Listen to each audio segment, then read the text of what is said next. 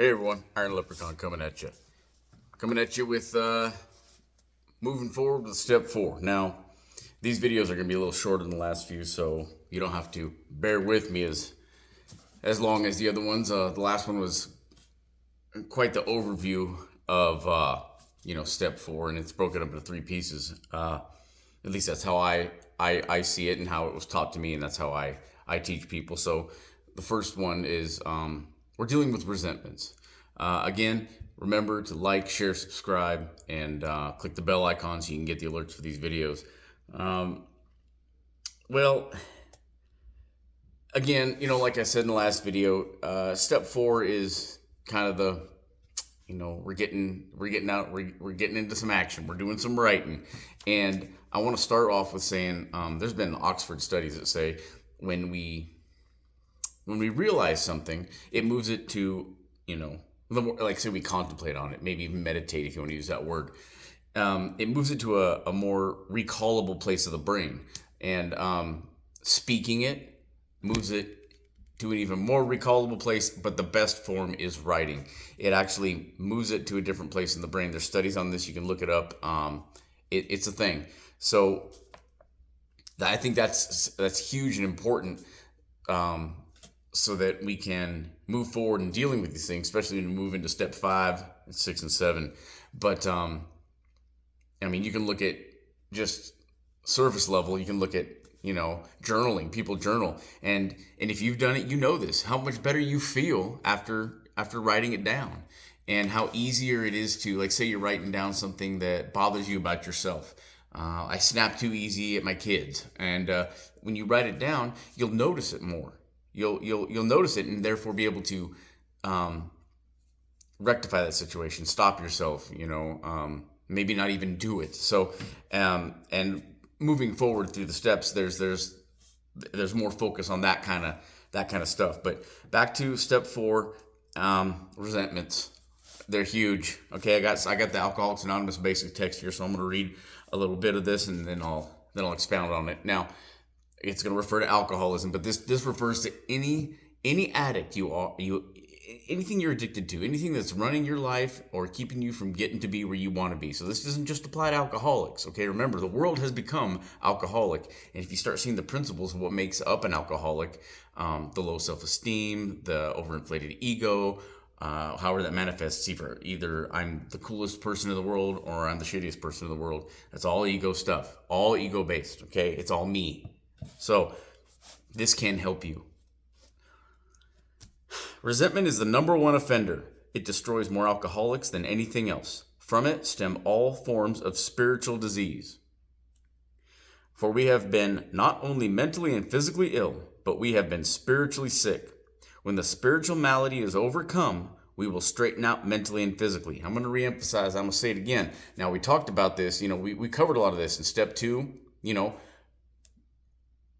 God can restore me to sanity, my higher power, whatever you want to call him. I call it God because that's what I believe in.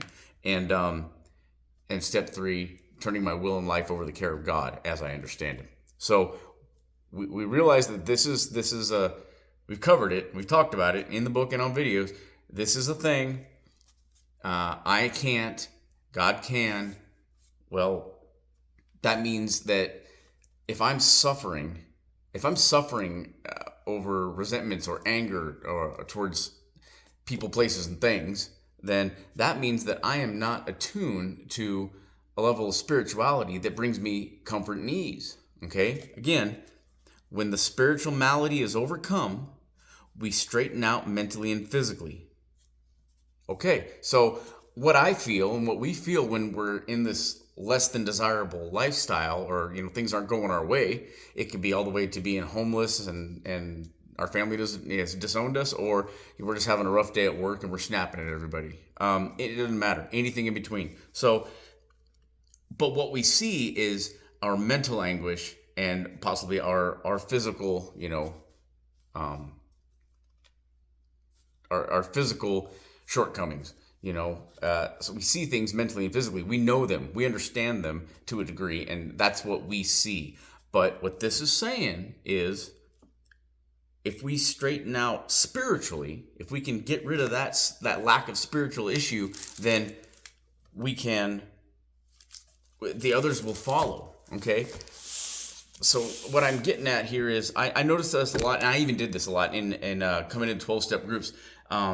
There are people that come in and, we get a little time under our belt, we get away from the booze, dope, sex, food, whatever it is. And then we start like, I feel better. I want to feel even better. I'm going to start exercising more. I'm going to start eating right. I'm going to start, drinking more water. I'm going to start doing these things or I'm going to start going to getting self-help books or going to counseling. Now, all these things are great. They're great.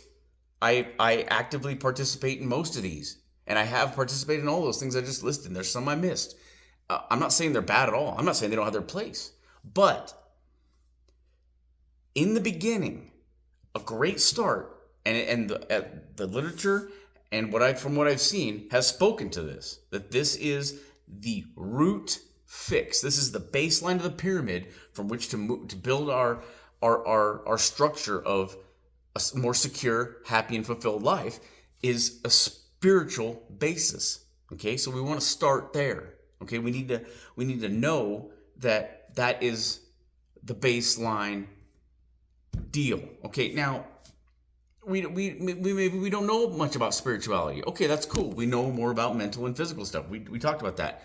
But as we go through and do the writing, because it talks about writing, right?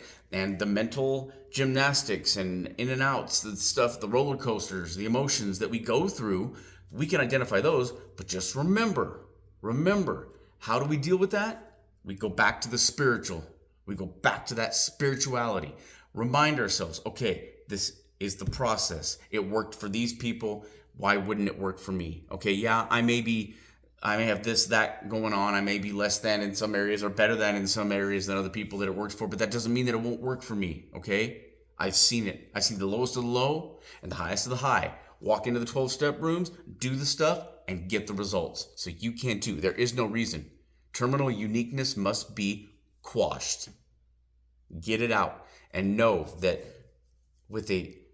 going into this with a spiritual attitude, a good spiritual attitude that, okay, God is guiding me through this and this is going to work out the way he wants it to. It's going to work out for my benefit. That makes going through the mental, emotional, and physical stuff easier. Any questions, comments, concerns, go ahead and put those down below. Let's talk about this. Like, share, subscribe. Iron Leprechaun out. We'll be moving on to fear next. Everybody's favorite. See you then.